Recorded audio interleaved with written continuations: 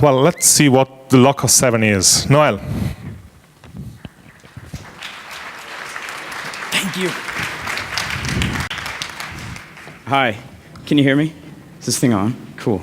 Wow. So this is my 3rd year here at Lyft, and it's such an honor to be moving from the far back room over there now up to the front stage.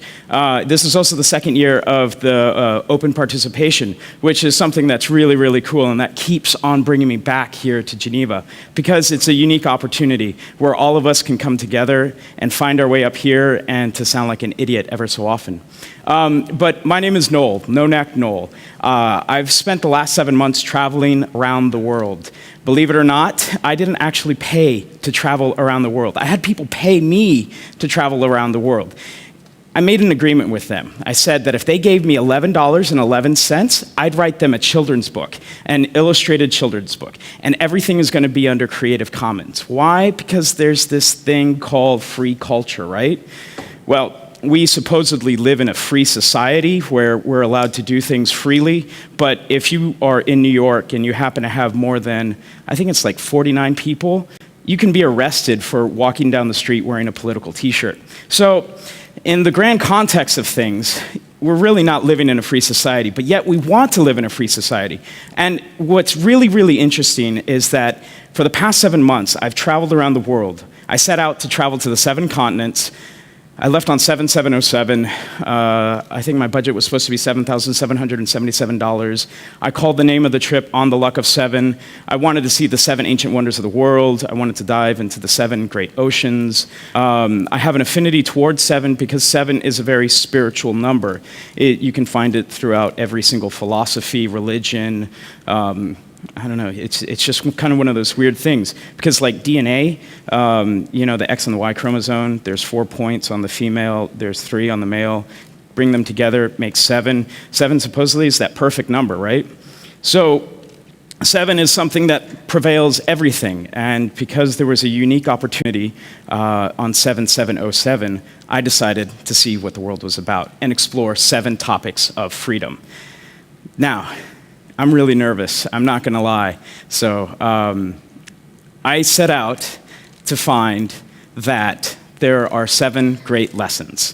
And the 7 great lessons all originate within the 7 topics. The 7 topics are free culture. Free culture is this notion, grew out of this. It grew to be a movement, a student movement that was inspired by one book. You know, in the 60s, there were these great manifestos, and in the late 90s, you had a bunch of people writing these crazy manifestos. Well, there was this lawyer who kind of did his legal case up against Microsoft. His name is Lawrence Lessig, and wrote this book called Free Culture, and it was how intellectual property and copyrights are kind of ruining our ability to be free. And it grew to be this monumental understanding where we get Creative Commons, where we get this, that and a few other things with a bunch of people that are quite notable in this room, wrote a few books, and I'm not going to be able to recall them right now, but they built this understanding where we are living in a participatory society. Why doesn't that society reflect itself online? We all know this, right? So free culture apparently works its way right into free software. And free software, I'm sure as a Firefox user, you're out there, you know that you can file a bug report. You can actually enhance Firefox infinitely.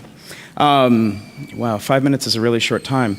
So bloggers, vloggers, podcasters, couch surfers, it's an amazing opportunity to travel around the world and see people who are opening up their lives, not only just in regards to what they're thinking, feeling, photographs that they're taking, the videos that they're putting on, but also to the fact that they're inviting you into their homes, that you can sit down and have dinner with them. And if you should all check out couchsurfing.com and Hospitality Club, and you'll never have to travel and pay for a hotel again.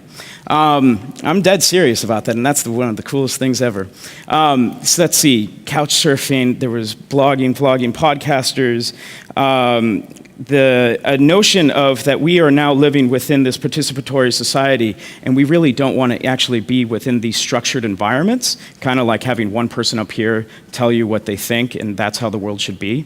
So there's this whole notion of unconferencing, which is an extension of open space technology, which is really used for workshops of world domination and global peace, but we're actually using it to figure out what's wrong with society and using it to promote open source and to have an open and constructive conversation. That then spills into the whole notion of co-working, this idea that we're now living within an environment where as independents and as freelancers and as people that work on one continent but are employers on another, we need spaces where we can come together and where we can have an opportunity to congeal our brains and find like-minded individuals. And that happens to also segue into the whole great idea of conversation, which we'd like to have in structured environments like meetups or just weekend dev sessions. Happenstance, the sheer accident of existence. We may have been here because of a plan, but when we set forth and we walk out that front door, we never know what's going to happen. And I forget what my last one was. Happenstance. Oh, I'm nervous. Thank you. But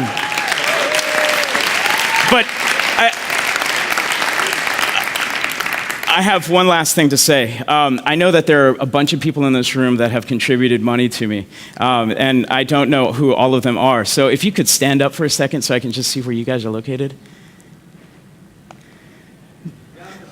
Okay, in the back of the room. This is the amazing thing. These people paid for my trip around the world for 7 months. They were my support. Thank you, guys. Stay here, don't go away. Climate change is Huh? Yeah, it's climate change. The last one, oh, yeah. Well, the last one is climate change. So, because it's not important, take 1 minute for that. Okay, well, yeah, because climate change really is important. But actually, climate change, I discovered, has two definitions.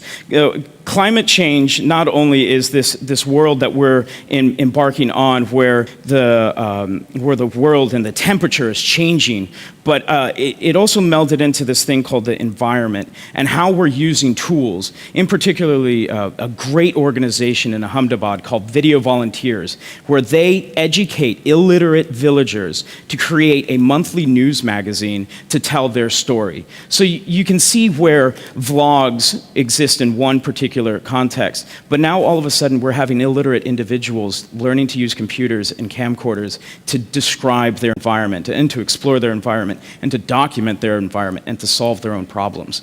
And the environment, sadly, my friend is the internet organizer for Greenpeace, and I can look at all these different computers and know the pollution that's going in to these to the landfills and where this pollution is finding its way on the other side of the world. So when you go out to recycle your computer or your electronics, there's one thing that you really have to be concerned about, and that is you really need to know whose life you're endangering when you hand off your computer. It's not a joke, it's a serious matter.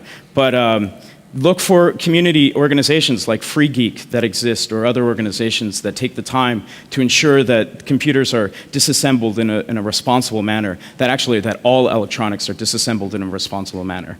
So that's my 7th topic that I discovered. On 7708, I'm actually going to reboot the journey, and I'm not going to travel around the world, but you can follow weekly episodes that I wasn't able to produce while I was traveling. And hopefully next year at Lyft, there will be a movie that we'll have which will be the actual documentary that I'm producing from all of this. And all of it is going to be under Creative Commons. All of it is going to be free. All of it you can take and remix and mash up and do whatever you want. So it's my thank you for your gift. Thank you.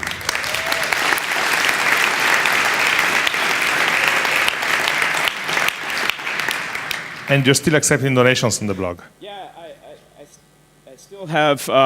I still have $250 roughly to get, so that way I can say that I made $7,777. So you can contribute now. You'll pre-purchase a copy of the illustrated children's book, and then I'm going to start fundraising again come later on in the year for all the rest of the other projects. See you next year. Thank you. Let's see if we can cover those 250 by tomorrow night.